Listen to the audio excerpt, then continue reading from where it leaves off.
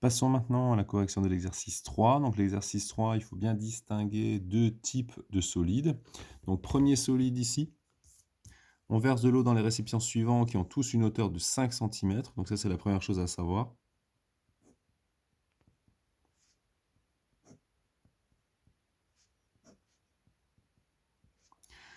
Quel récipient contient le plus d'eau? Exprimez les contenances en centilitres. Donc première chose, on a ici 12, 10 et 5. Parce que le solide monte tout droit, on a R de la base fois hauteur. L'aire de la base ici est un rectangle, donc on a longueur fois largeur pour l'aire de la base, fois la hauteur, donc on a 12 fois 10 fois 5.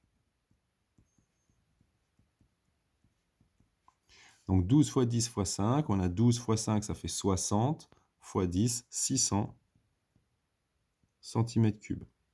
Alors attention ici, on dit exprimer les contenances en centilitres. Donc première chose, on peut convertir en décimètres cubes. Ça fait 0,6 décimètres cubes. Et donc, ça fait 0,6 litres. Et donc, quand on a 0,6 litres, naturellement, si on veut le convertir en centilitres, donc on a un rang pour décilitres, encore un rang, donc ça fait 60 centilitres. On passe maintenant à la figure 2. La figure 2, ici, c'est un cylindre. Donc, le cylindre, on a R de la base fois hauteur. Comme la base ici est un disque, on a pi fois rayon au carré fois hauteur. Donc 6 fois, donc pi fois 6 au carré fois 5. Donc 6 fois 5, 30. 30 fois 6, 180. Donc ça fait 180 pi.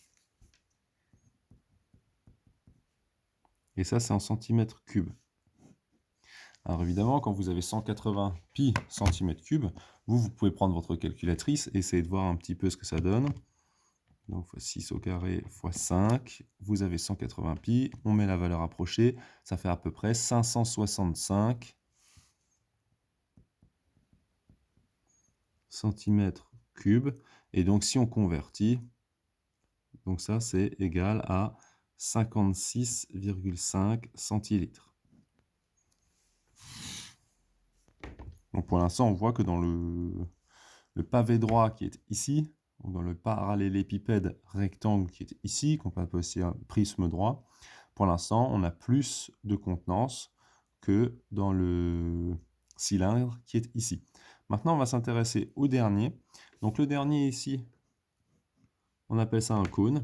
Donc pour la formule du cône, on a R de la base fois hauteur divisé par 3. Pourquoi divisé par 3? Parce que ça monte en pointe. Donc l'aire de la base, c'est un disque. Donc ça fait pi fois rayon au carré fois hauteur divisé par 3. Donc ça fait pi fois le rayon, c'est 7 au carré fois la hauteur 5 divisé par 3. Et donc là, on prend sa calculatrice. 7 au carré fois 5 fois pi divisé par 3. Et donc ça fait 256 environ, 6 si on arrondit, centimètres cubes. Et ça fait à peu près 25,7 centilitres. Donc là, on voit que finalement, c'est dans le parallélépipède rectangle qu'il y a le plus d'eau, puis dans le cylindre, et enfin dans le cône.